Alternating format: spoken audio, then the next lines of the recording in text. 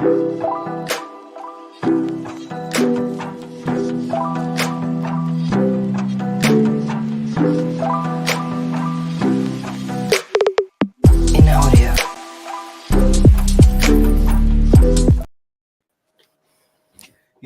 people. What's going on? Welcome back to Saeed TV. And we are live. Carabao Cup winners. We're live in the building. We're going to let Nuruddin know twice. Carabao Cup winners. The trophy is coming. The parade is coming outside your door, Nuruddin. Parade? Oh my God. You know what? I'm telling you, if I saw a parade, I'm telling you now, I would just call 5-0, mate. Cancel the parade. Parade for League Cup, no chance. Nah, celebrate it, man. Listen, I'm happy. I'm so happy that you guys had a beautiful day. I'm so happy you guys had a beautiful day at Wembley. Because the worst thing about Wembley is going all the way and then, you know what I mean? When you lose, it's horrible trip back. But it was wicked to see the footage of the lads on their way to London, man. It was bare jokes. So enjoy that video, Andy Tate, man, causing havoc in the car, you know what I mean? He's going mad at the Newcastle fans. You know, it was good, man. It was good, man. Like I said, man, first trophy in 6 years. Big up Nuruddin, though. You know what I mean? Forget all about how are you anyway, mate? Everything all good? Yeah, you know what? I overdid it. Heartless on Saturday night at the Manchester. What happened? And I overdid it. I pulled a muscle in my neck, so my neck's busted. What, bro? Literally, you know what? Literally, it's like straightjacketed. I'm on finally. I'm on a straightjacket podcast. I feel like I've been straightjacketed. Trust me. I am telling you. You know the straightjacket. You know what? I don't have that much movement on my neck.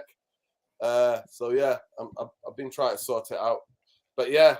So I was in bed all yesterday, man, watching the game, even though I had plans and all that to go watch it with friends and stuff like that. Sorry to hear, man. Sorry to hear, man. As long as the pain can be a bit numbed by United's win, that's you know what I mean. That's the kind of the beauty of it, man. But big up to Brian in the chat. Aaron will be joining us soon.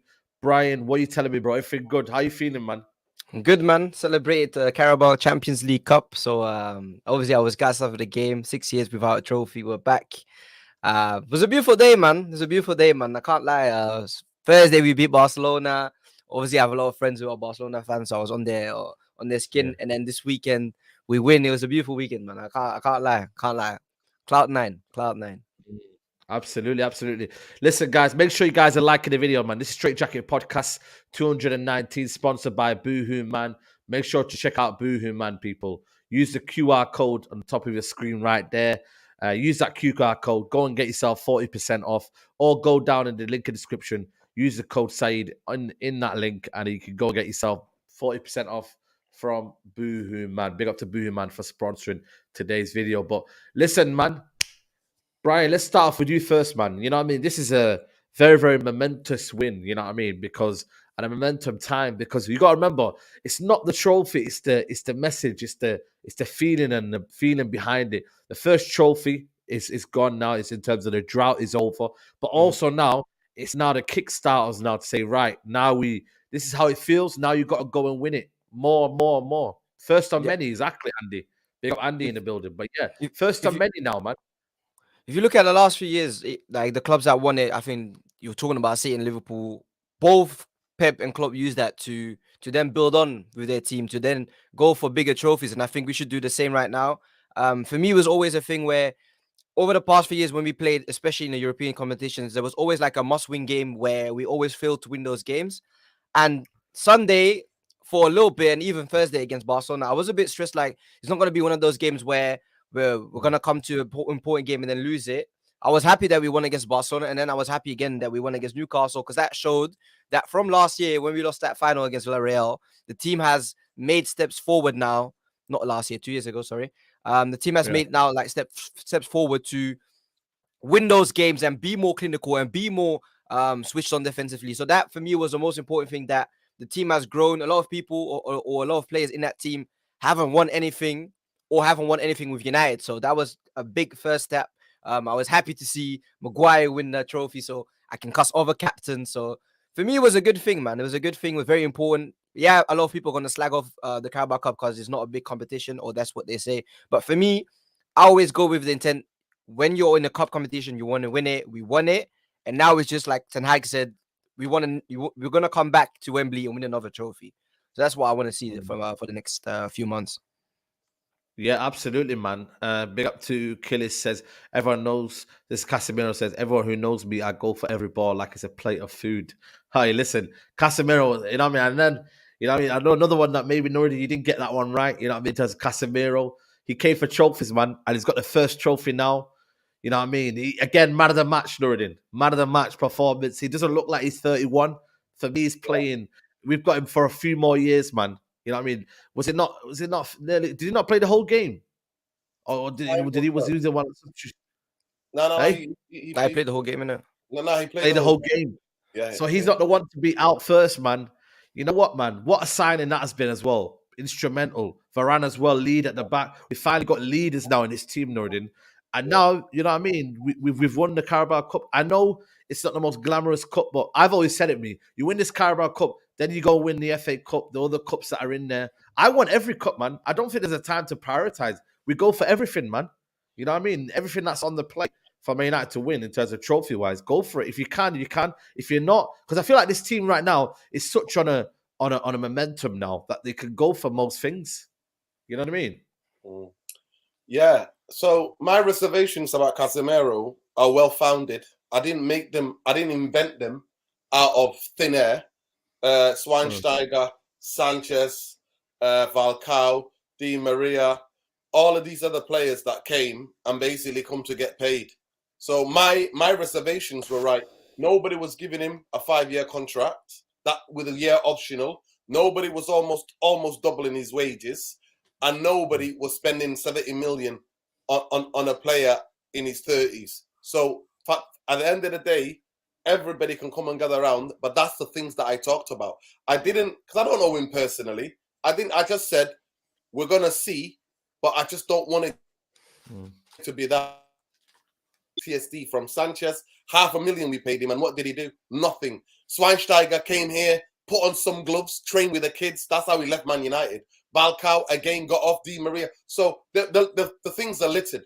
But for me, what he's done, he's come in, and actually, you look at him now, he almost looks like how refreshed he is. He's like this new challenge. Like, you can be at a club for a long time, innit? And then people take you for granted. You take yourself for granted. And you relax on your laurels, innit? Real Madrid are always going to be competing for big trophies because that's because the way their football club's set up, it's not owned by anybody. It's owned by the members. It's owned. They're like a charity status. So their club is always going to go out and absolutely go out and win. Man United are not. We got Glazers. So excuse me for having PTSD from what the Glazers are doing. Excuse me, people, right? That is what it is. That's what I question. And it's not just him. I also question Varane, if you remember, on this as well. And I said about Varane's injuries. And last season, I'm sorry, but I was vindicated.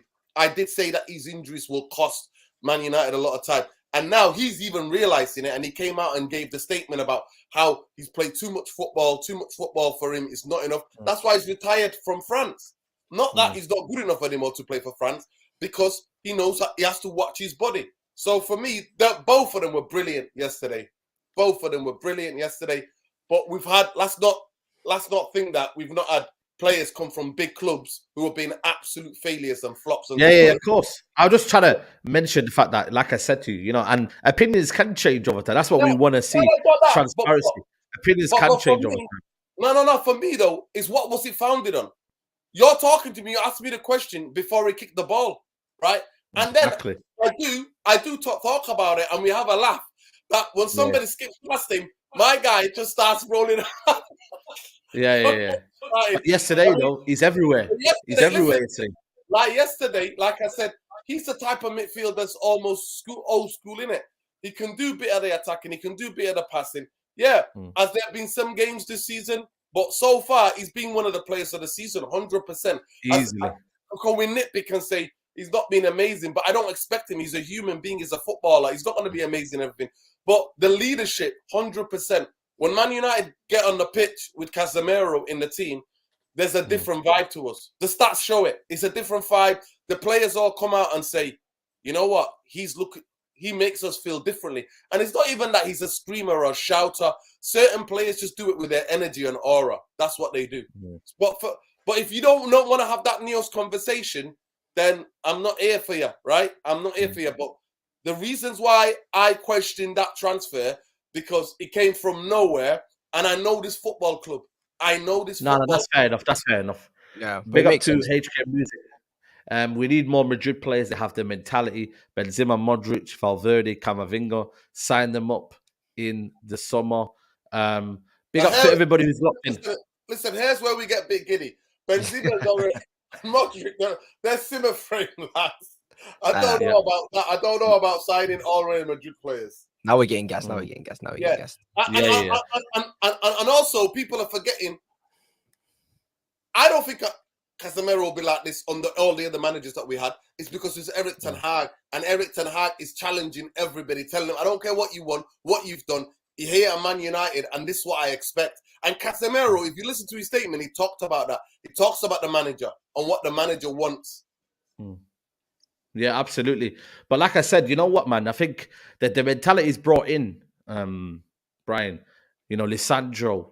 You know, guys, he might know them, but he also believes in the team that these guys have mentality. It's just like they're not showing it, and he's giving them the leadership. There's 2 centre-backs at the back. I mean, bro, we've got actually 2 of the best centre-backs in the league, you know, right now. You know, phenomenal back 5. Even when you look at the back 5 now, Dalot, and what do you call it? Varane, Martinez, Shaw, De Gea.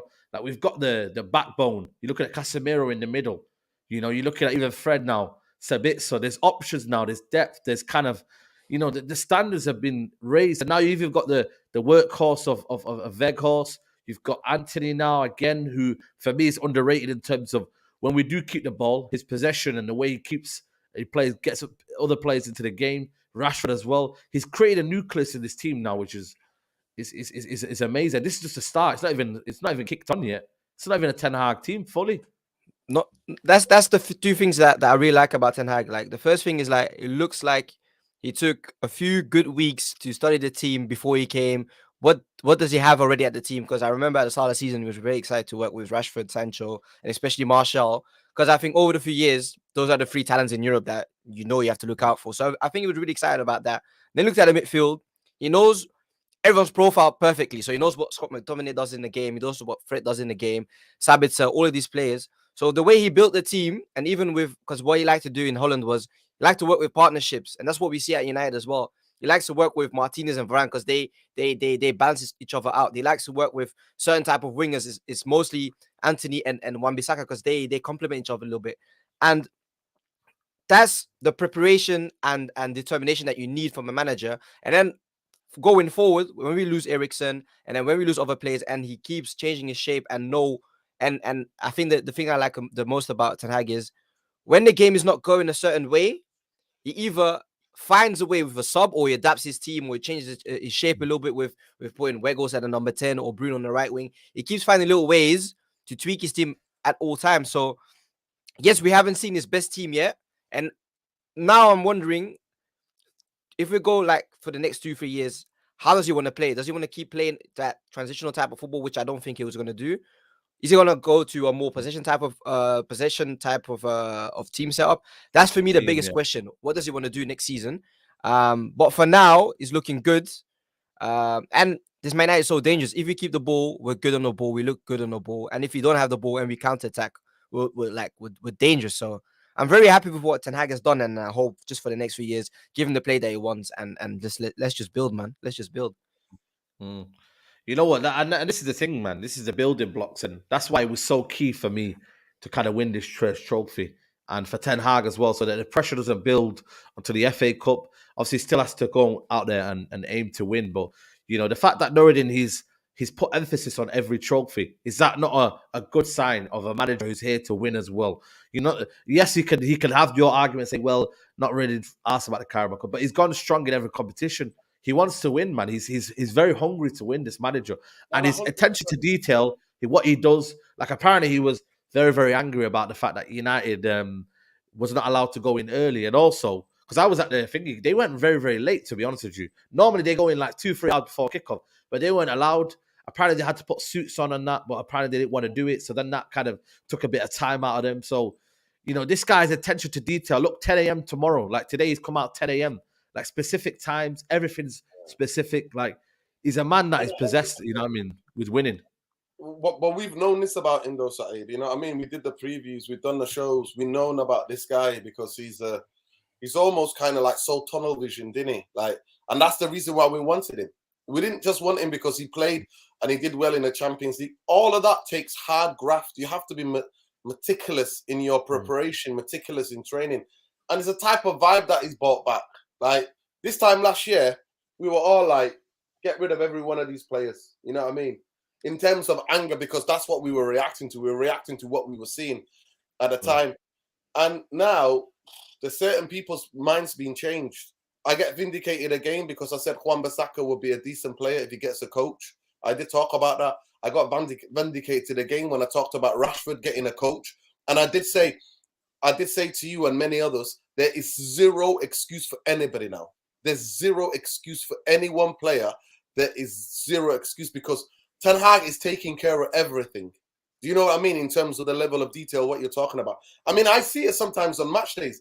I see photos come out and it's like 5 hours early. He gets them all in. Yeah. I know the club do that since we stopped that game. You know what I mean? Since we stopped that game, they already do that anyway. That became the new protocol now for them to always be in the stadium really early before fans can gather and stop. You know what I mean? Glazer directive, innit? Let's not get another game cancelled. But at this moment in time, for me, I expected even for us to play better football side. And you might say that's being greedy, but I always said to you, I didn't expect any trophies. I didn't expect maybe top 4 battling for top 4. What I did expect is Man United to play better football because that's what I've been starved of. I've been starved of playing good football. And if you look at it yesterday, like Arun said it on here before, we did what his mind games were quite surreal because we did what Newcastle have been doing. Really, Newcastle had the ball and attack, but I personally think that's because of fatigue.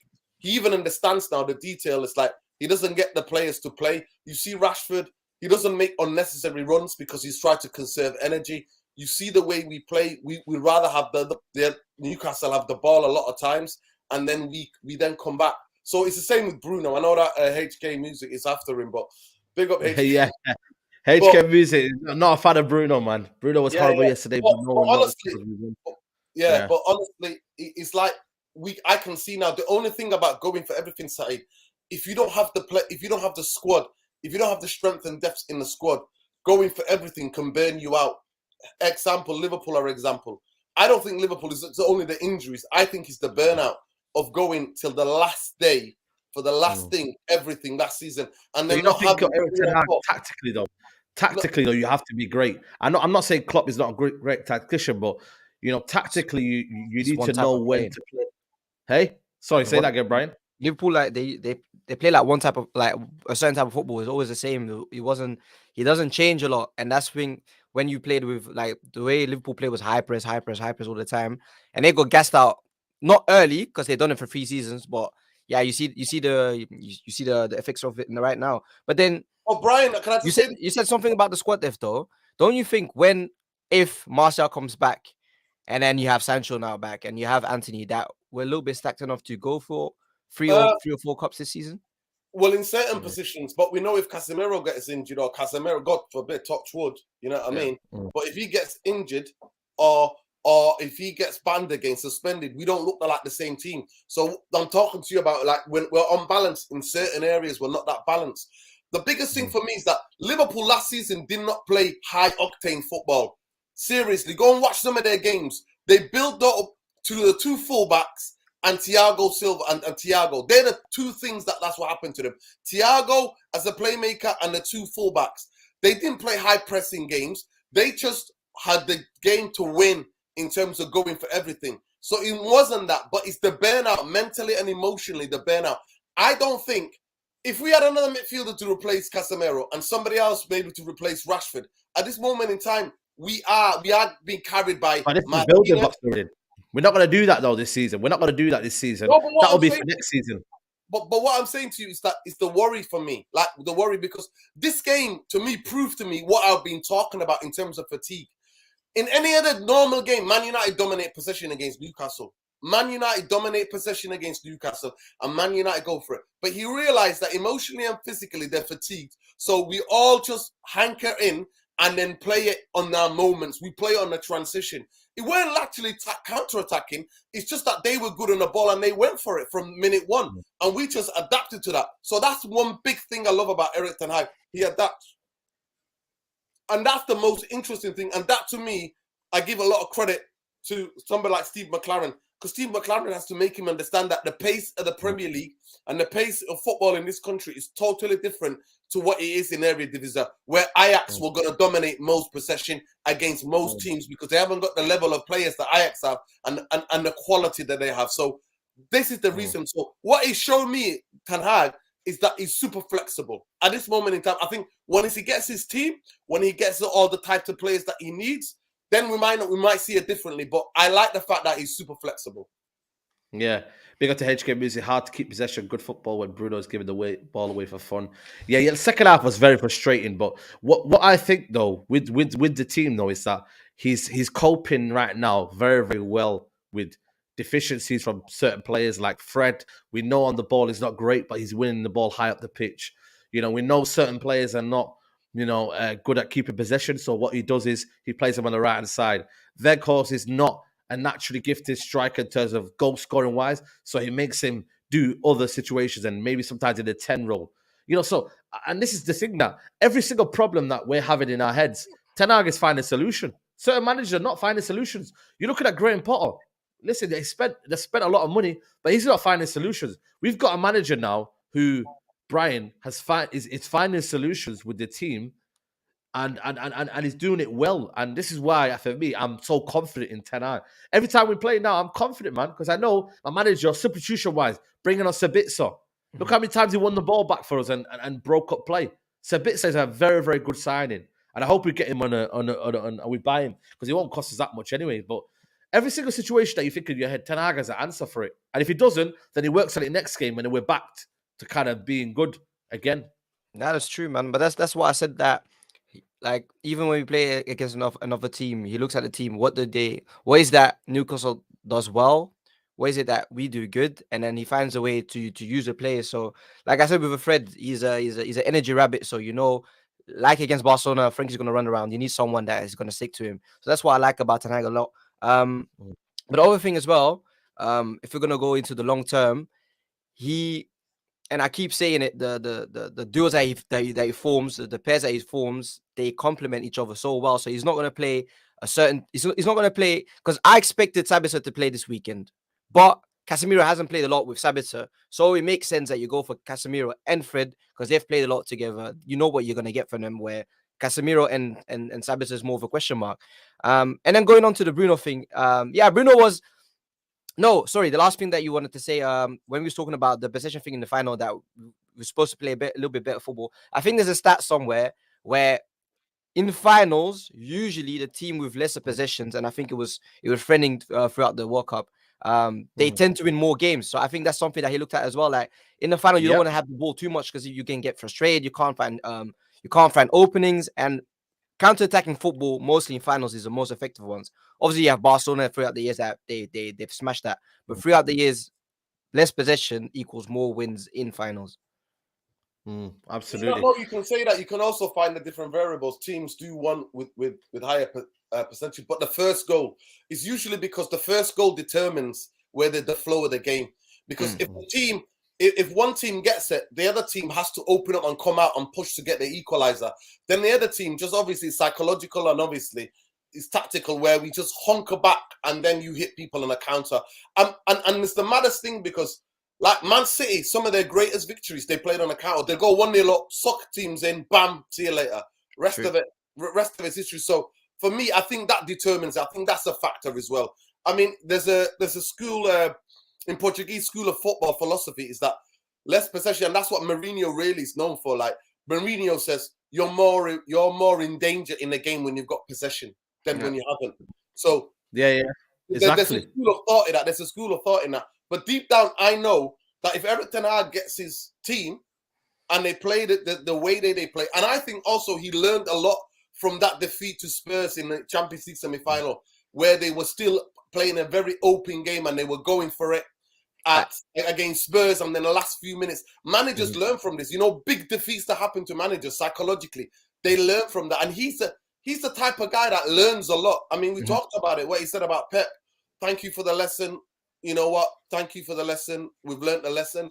And then we do what we do. And they had one shot on goal at home against us at Old Trafford, sorry. They had one shot. So I think he's that type of manager as well. But I expected Man United to play a bit more better. And I think that what Saeed says, right, that Burkos dropped into the 10. We kept the ball. That within about 25 minutes, half an hour, then the goal came from that. Because we had a bit more possession up the pitch. Possession, Because Burkos dropped. Before that, Burkos was up front. We weren't working. He drops into the 10. Rashford gets behind him. And then he brings people into play. And I thought that definitely helped. But we're going to see. Like I said, this is an early journey yet. I'm pleased that for a lot of the guys that we call bottle jobs, you know what I mean? A lot of the guys that we tap now, are they bottle jobs? But to me, winning the League Cup does not make you less of a bottle job. Winning a league title does for me.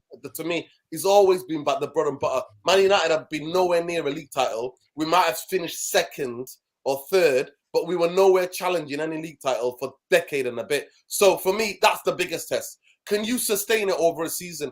And from what I see of it, I just hope and wish that he had a bit more strength and depth, like just a bit more strength and depth where we could. And no one expected it, though. The thing is, nobody expected it. And big up to HK Music. Bruno's best qualities are without the ball, and he's always fit. United fans have low standards when we are talking about quality footballers. And again, HK Music, man, it's going to be a time and a process. Next season, we'll see better players. Maybe in that fit in the system better. Right now, and this is why I say to you, Nordin, we can't demand the title because no one expected Man United to get top 4 this season. All the people were saying United won't make top 4, United won't do this. So I don't want to say we're exceeding expectations, but you know, a lot of people didn't expect us to even be in the top 4. A lot of people didn't expect us to kind of be playing the football we had. Okay, last season was a very, very bad season, and that shouldn't be the kind of almost. You know what I mean? The way we should be looking at it. But, you know, Ten Hag is kind of almost doing a big job with his team in terms of the fragile mentality. So it's going to be step by step. This is where you have to win this trophy to then show, right, okay, then now we can win the FA Cup. Now we can go for the Europa League. Like, you have to then build the blocks. Guardiola built the blocks. He won the Carabao Cup first, and then everything else came. You know what I mean? So he wanted to make sure every single season for 4 years, he made sure that his players, Brian, they made sure that they won the Carabao Cup every year. Every year for 4 years. He didn't say, oh, you know what? This year we're going to take a break. We're not winning the Carabao Cup. And then all of a sudden, they end up winning Premier League trophies. They won 4 in the last 5, haven't they? So it just shows you that they won Carabao Cup first and the Premier League in the same year. That's a bit skewed, though, because City had a big squad. And that's what Noreen maybe said. Like, they had a bigger squad. They rotated a lot in the Carabao Cup because they always played with a weaker team until maybe like the semi-finals and the finals where then they played with a better team. Games. Yeah, but I agree with it, though. I agree with it. Even when it was time to win it, though, he was like, okay, no jokes. I'll put in my best squad. And like you said at the start of the video, momentum is key. And if you win a trophy throughout the season, now it's something where, yes, no one expected us to win a trophy this season. That's true. But if you can now tell your team 6 months into the process, look, this is what we're building to, and this is already what we have achieved after 6 months. As a player, I'm going to be like, yes, coach, just lead. I'll close my eyes, lead me, and we'll get to the trophy. So that's the most important thing. The players will now believe even more after this season because we've won a trophy. And some of them, they just wanted to win a trophy for Man United. So they're going to do, I think, and I hope, their absolute best to win more. But by the way, I wasn't talking about saying that about a league title. What I was saying that I wasn't saying this season, Saeed. I was saying that to me, to take the tag away from a lot of these players is a league title. Do you understand? And whether it's next year, the year after, or whatever. And the biggest thing, just to bring a bit of objectivity to this, Jose Mourinho won a League Cup. Jose Mourinho won a Europa League. These were supposed to be the steps. And what happened? So comparing Man United to Man City is to me, it's like day and night. I'm sorry to say, but Pep Guardiola is backed heavily. They have the biggest squad.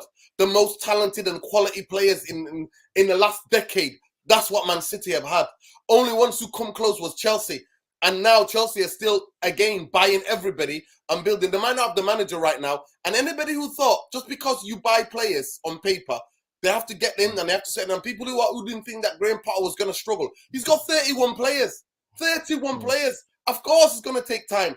And I've seen conversations on Twitter or whatever on social media, people saying, oh, if Ten Hag will be... No, Ten Hag would struggle as well a bit because to find the balance of those 11. And Ten Hag even come out and said, like, I prefer smaller squads because that's what I'm used to in the Eredivisie, working with players, so many, like maybe 17 or 16 players on the whole, to be working with those kind of players than I am in a bigger squad. So managing a bigger squad, but he has to understand that it's Man United. And like Brian says, comparing us to Man City is, to me, day and night, because Man City have owners and have the football structure that is completely centered around backing Pep Guardiola. We don't have that at my football club. I don't have that. I have Eric Ten Hag, who's luckily bought in and found some jewels. Like, the biggest thing is, I want to thank a kid called Timber.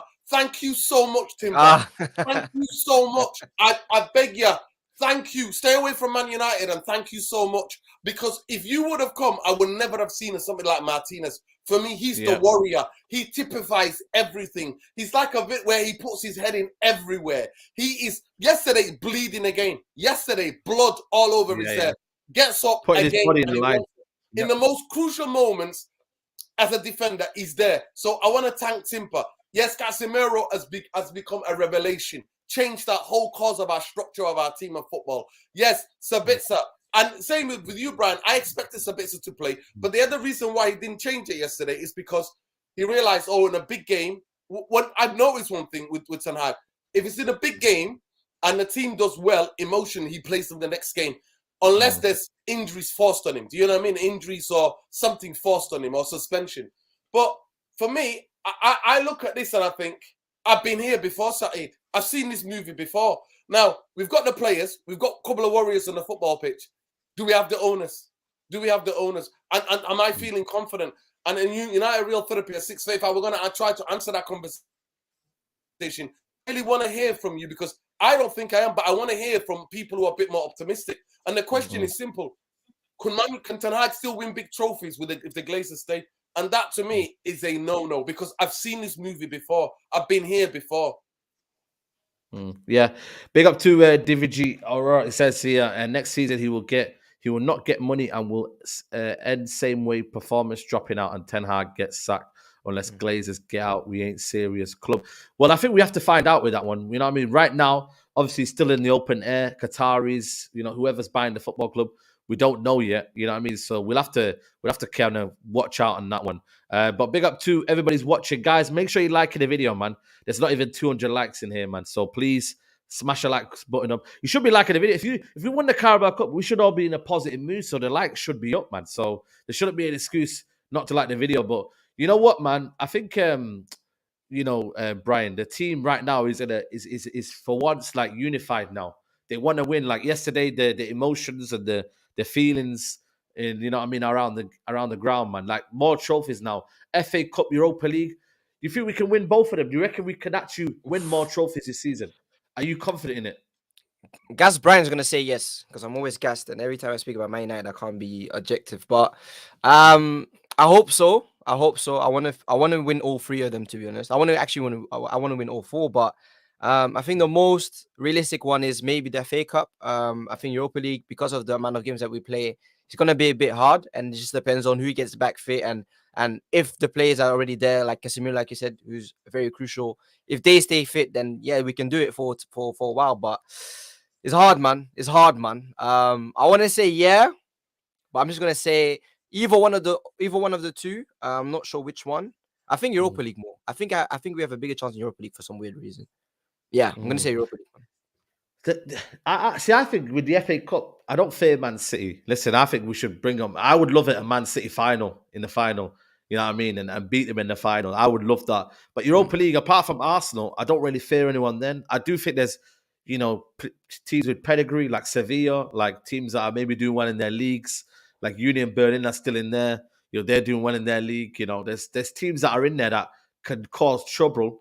But at the same time, I think we can take people on. I just think the togetherness with the team, Nordin, that like if there's a situation that something happens right now, there's not a drop off in performance. Like now, even the players that are coming off the bench, 19 goals from the bench. So this year, like we always just kind of look at the bench and think, it's not great, but we've had 19 goals from the bench this season. Ten Hag man management skills has been very, very good. So it just shows you that Ten Hag is ready for all situations to happen. Yes, the depth is not the most glamorous depth in terms of quality, but when they come on the pitch, though, they're doing the job, man. Yeah, very hard to beat. Man United, when those trio playing it, Varane, Martinez, Casemiro, Man United have a solid base to work from, isn't it? Like we have a solid base to work from, and players are coming in, and it's like pushing each other. Like you said, 19, I think 19 goal involvement this season from players from the substitutions. Like to me, his in-game management, I know that meant a lot to you when with previous managers. I know that's what you used to scream about. Yeah, facts. The in-game management, and he's got it down to a T at this moment in time, and we can only go for this far. For me, I love the FA Cup. The FA Cup is the oldest and the greatest cup competition for me, and I don't apologize to nobody when I tell them.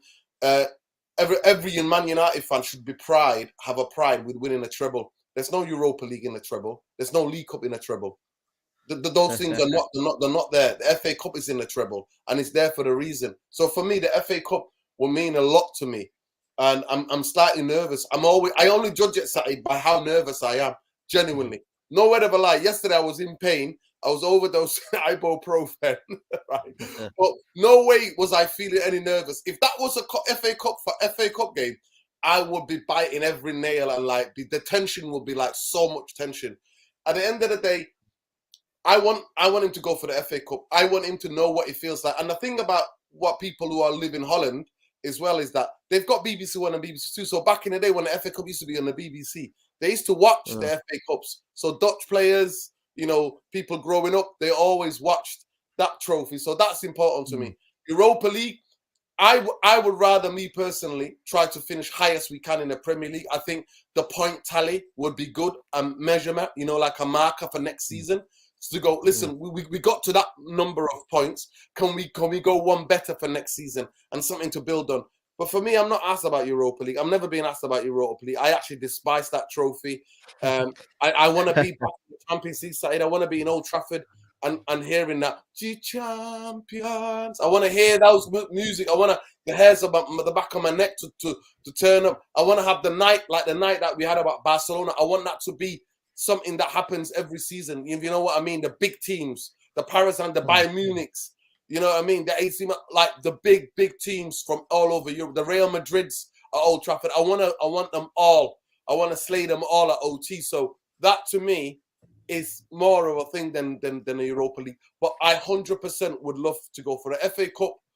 Who are in it? Spurs, and who are the big teams are still left? Spurs and Man City, I think it is, and maybe Leicester. Brighton. Now Brighton. Brighton. Yeah, Brighton. Yeah. So there are some tough teams in it still, who are having fantastic seasons. So that to me, but pushing for the league, try to finish high as we can would be a wicked thing for me as well. I think that's a benchmark.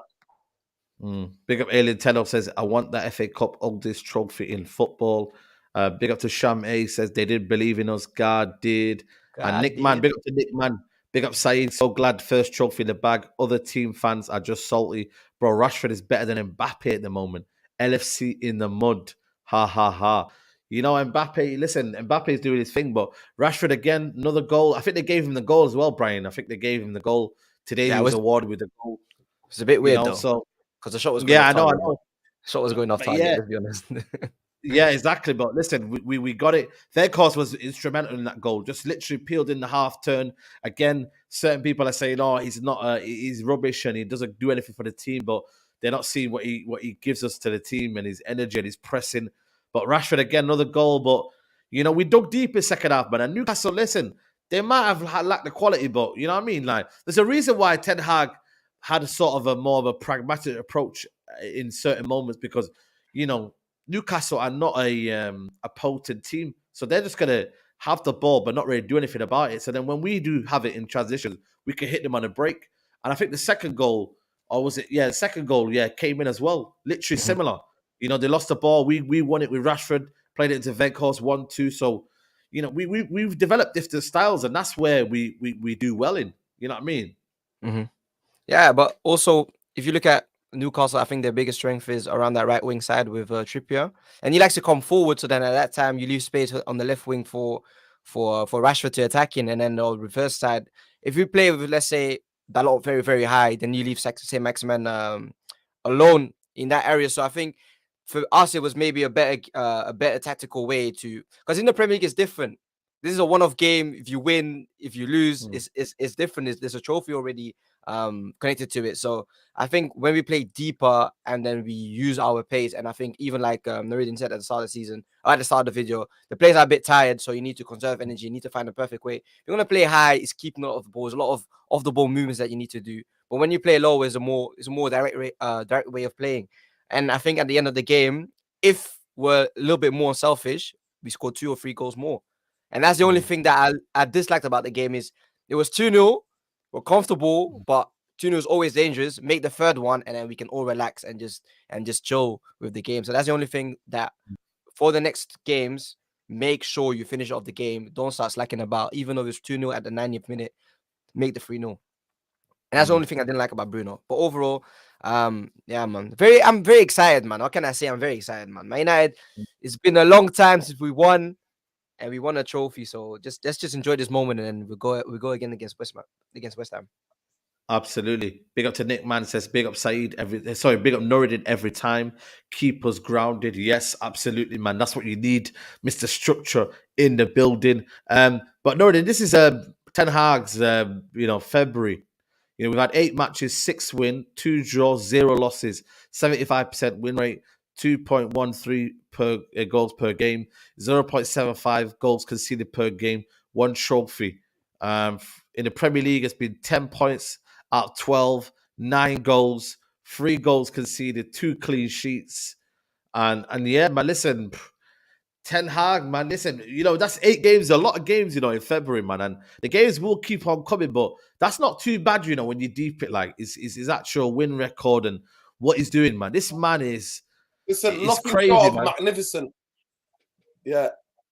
Nothing short of magnificent, man. Like, how many? I was here, somebody would call it grounded, somebody would call it old man syndrome, some people will call it like moaning. But this is what I was worried about, the fatigue, the level of fatigue. Like, but I think aspect of it reminds me of a treble season. Not that knowing that United are going to do a treble. Yeah, of course. You know what I mean? It's the adrenaline that keeps you going.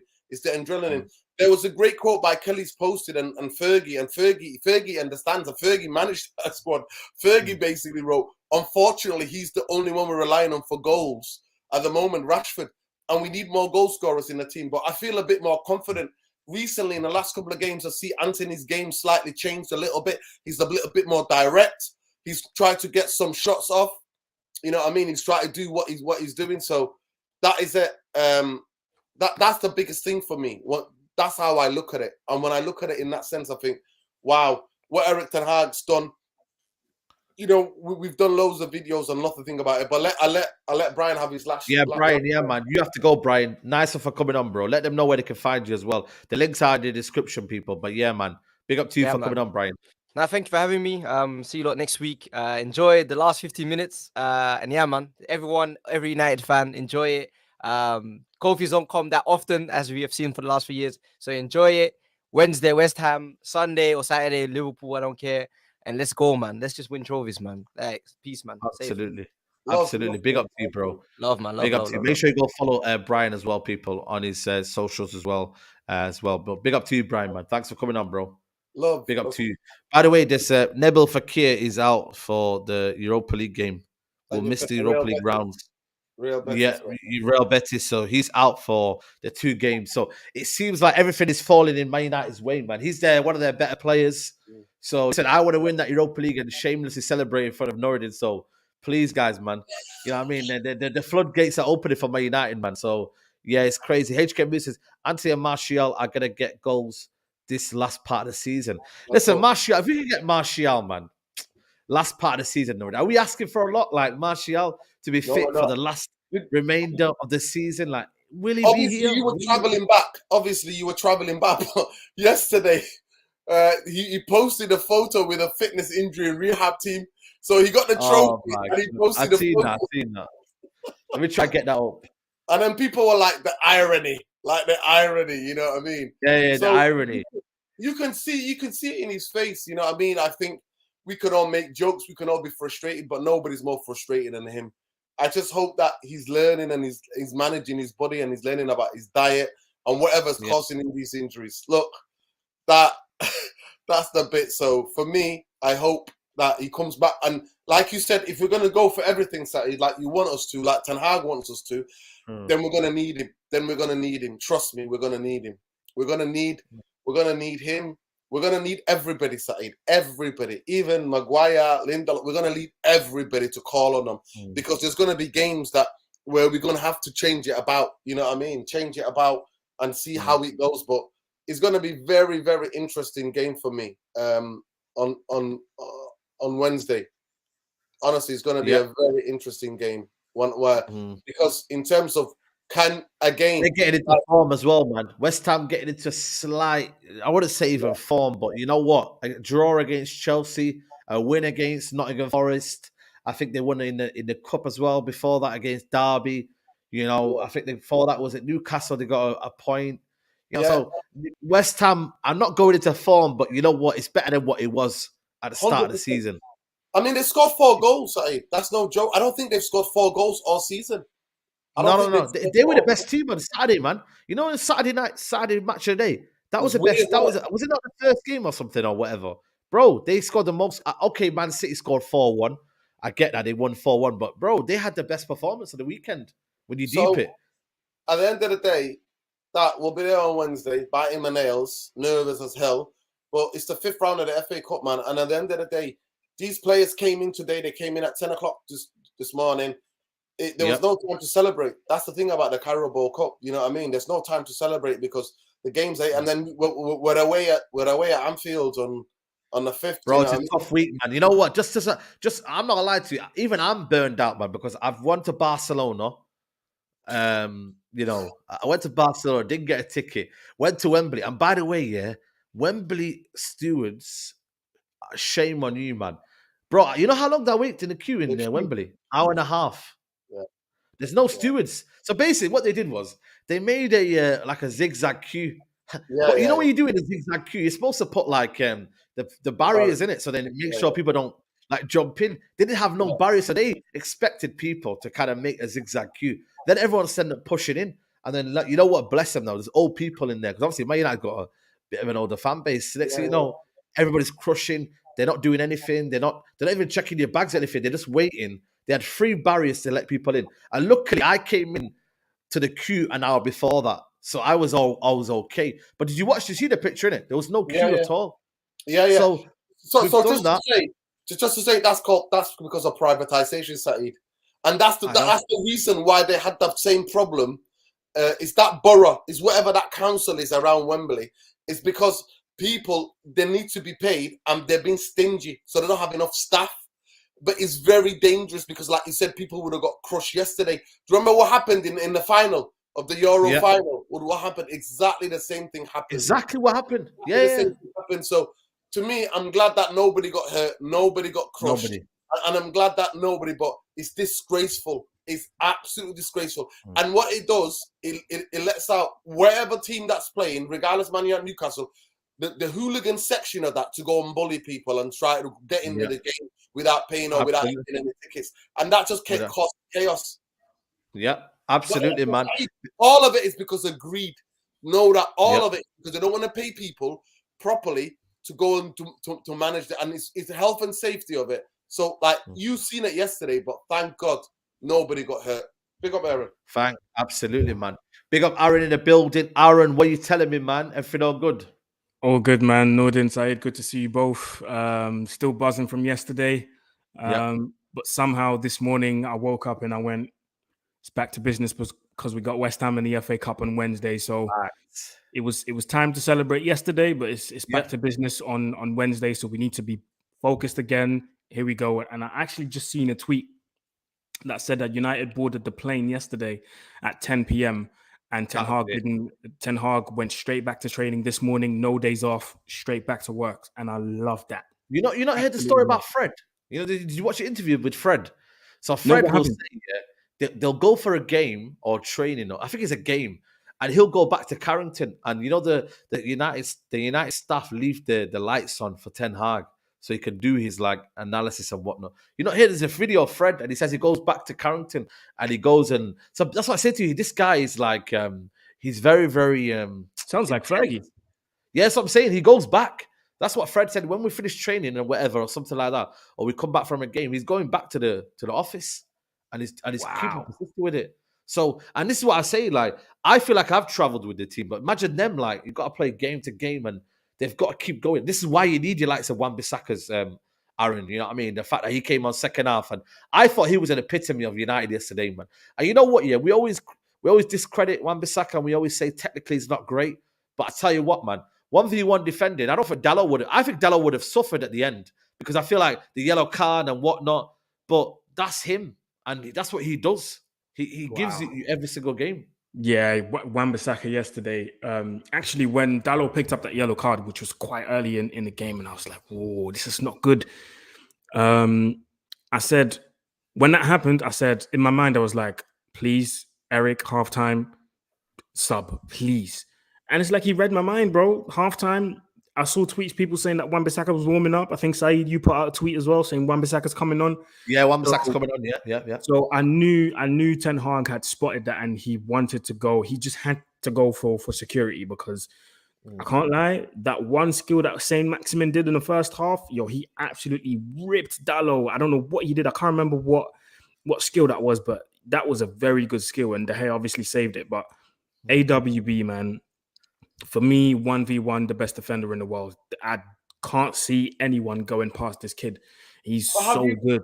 But Aaron, have you noticed that he's even more aggressive now up the pitch? Yeah. And before they didn't get him back into our own box, he's like, "Nah, I'm gonna get you up the pitch." I think one of his first. I think within the first minutes in the second half, Nudin, when Saint-Maximin had the ball, obviously he couldn't go round the outside. So this time he was like, "Let me go through the inside." So he went inside the pitch, I think in the center circle. Wan-Bissaka did that weird tackle where his legs just completely, do you know what I mean? Won the ball back and then we had a chance, but it didn't. We didn't manage to score. So you're absolutely right. I think that's probably an instruction you got from Ten Hag. Try and press high. Try and win the ball back high because we got bodies up front already. So if you win the ball, that's maybe 5 bodies to go on a counter-attack plus you. That's 6. And you're outnumbering them, so you can create a chance or score a goal. And I think we might see more of this season. I think we might see more of that. I think he's going to start against Liverpool. I think Wan-Bissaka is going to start against Liverpool because against Nunes or against Gakpo, whoever's going to play on the left. I think Wan-Bissaka is going to start. And he's going to try and win the ball back high up the pitch so that we can then go on a counter-attack. But we already got a lot of bodies forward. So Wan-Bissaka, man, credit to him because for him to not be playing a lot of games this season, first of all, you didn't hear him moan, you didn't hear him complain, you didn't hear him come out on social media with cryptic messages. He just put his head down and he worked, and I love that about him. And sooner or later, when you do that, sooner or later, you're gonna get a chance. And look at him now. When he's called upon, he does the job. And I'm guilty of it because I was one of the people that said that I prefer for Man United to sell him. But the way he's been playing recently, if he's happy to stick around and play second fiddle or to be that guy to, if Dalot's missing through injury and he can step in and do a job, I would be more than happy for him to stay. You know what it is though? You know what it is though for me though? There's a lot of players that you think, they should be sold or whatever. But it shows you the testament of Ten Hag. Like, we could come here and say, well, you wanted him sold. You wanted, bro, like the whole team could have been sold last season. If you actually did, apart from David De Gea, I don't think there was a player that you said, you know what, I really want to keep that player. Like, he deserves to stay. Like, you didn't think like that. Like, that season was such a traumatic time to be a United fan. 100%. And now you change your mind because at the end of the day, the manager's shown us that, you know what, I could get the best out of these lot.